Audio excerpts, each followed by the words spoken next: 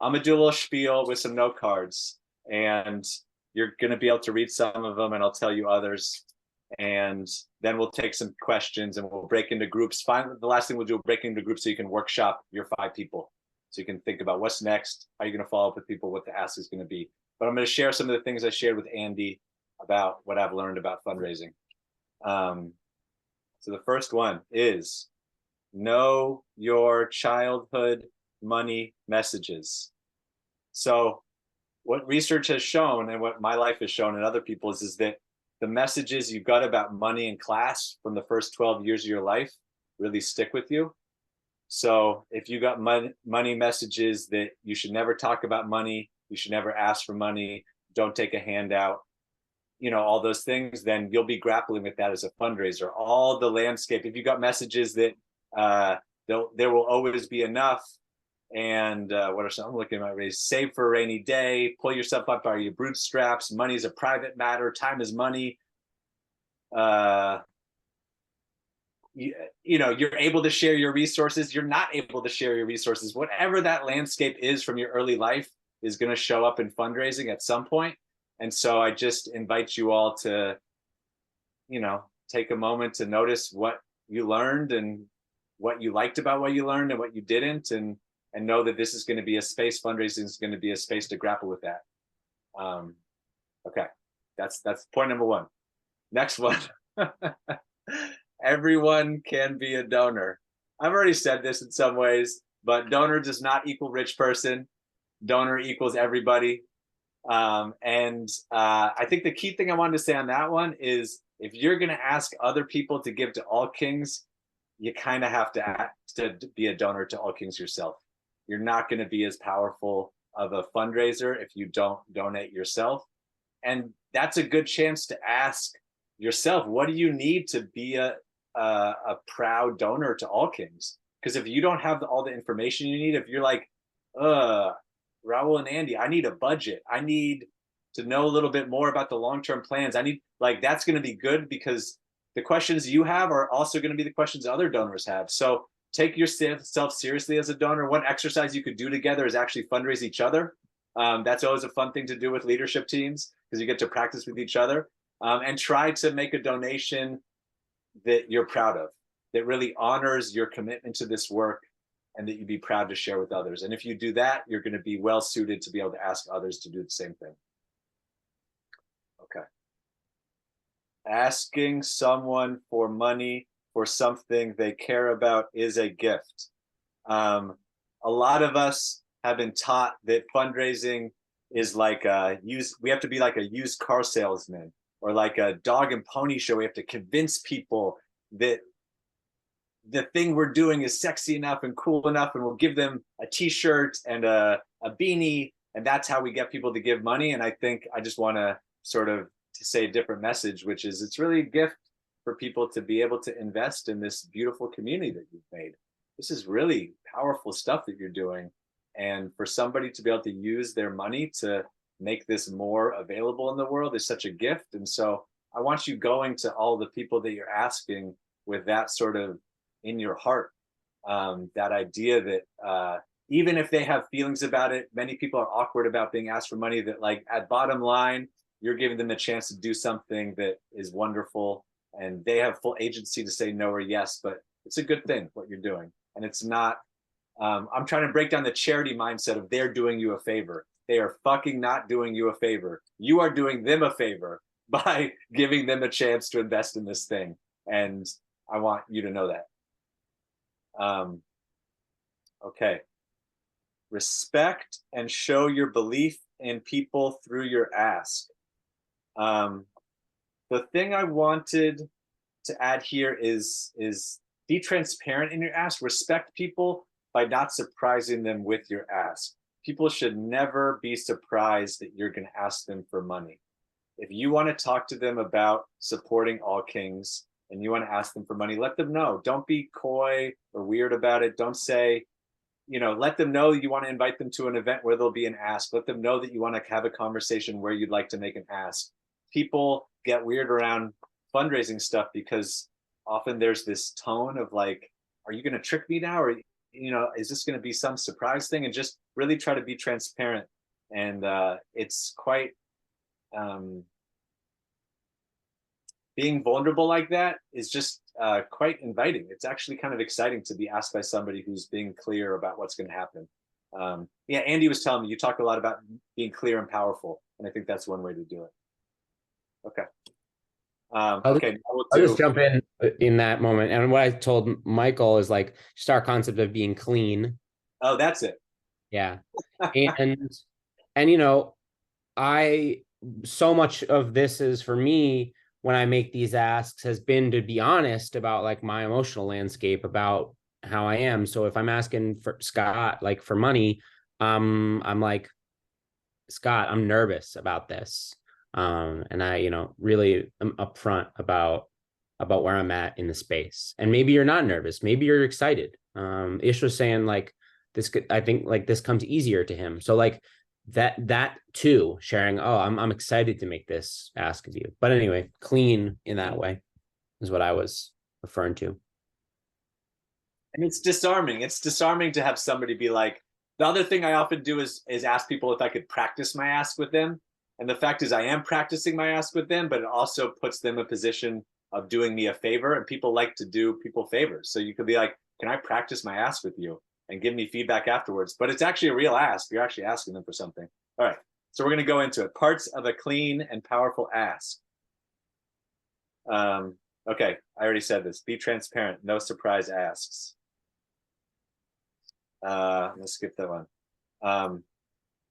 This is kind of the most important, not the most important thing. One of the most important things I like to say is ask them why this is all backwards. It's hard to ask them why they care and what's interesting to them.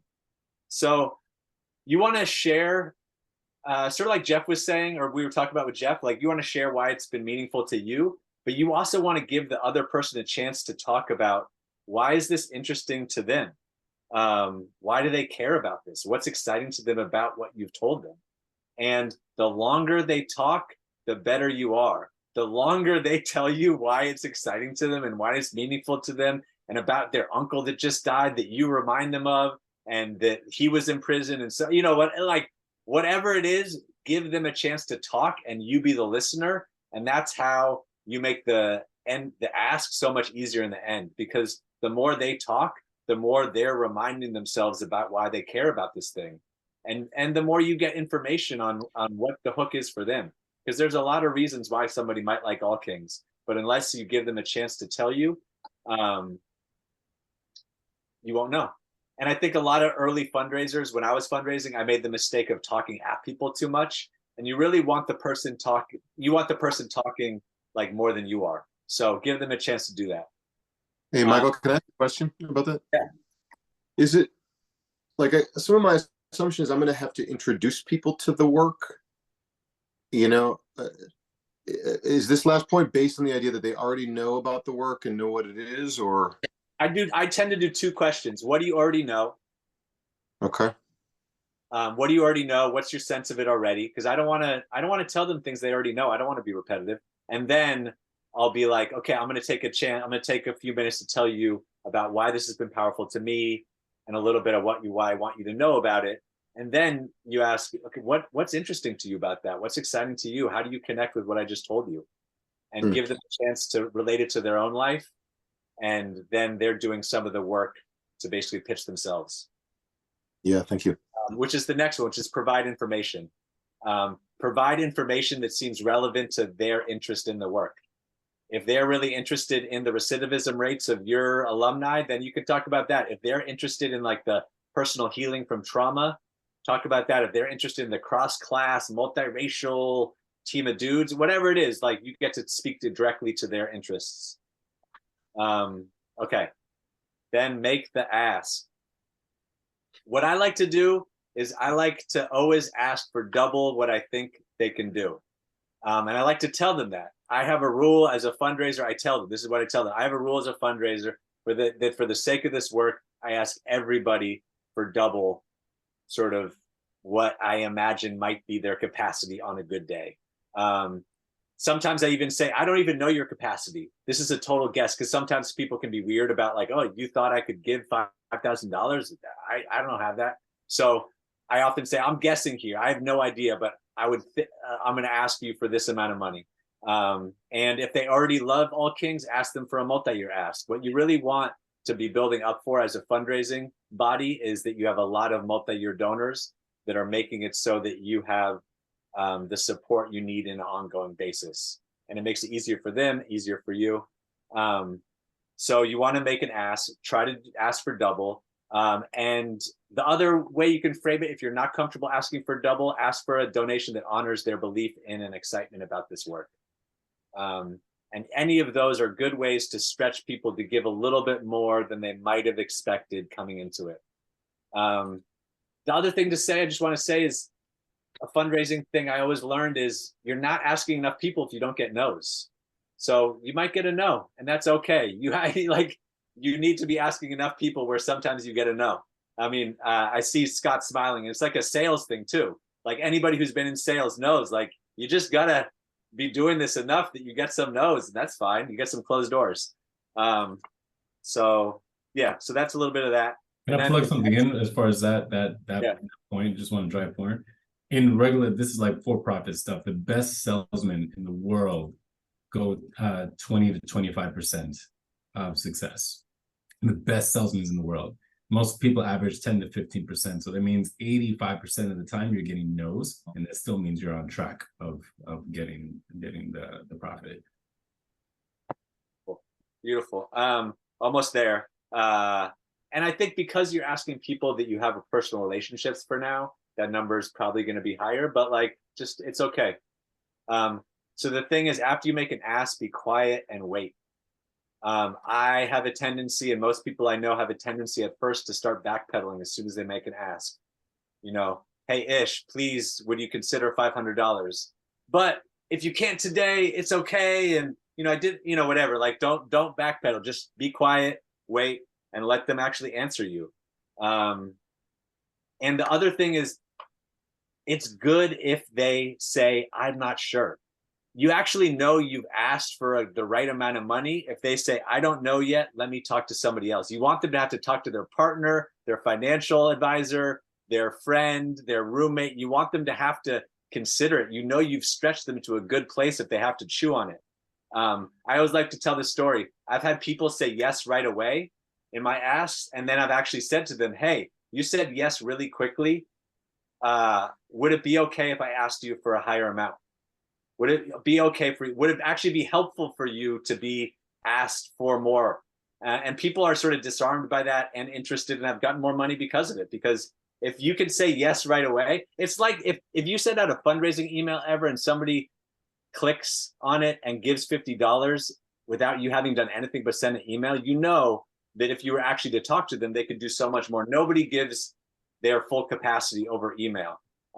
So yeah, so that's just it. Okay, then you celebrate, you thank, you follow up, whatever they say, you thank them for their time, you celebrate them for talking to you, you appreciate them, and then most of the work is follow up.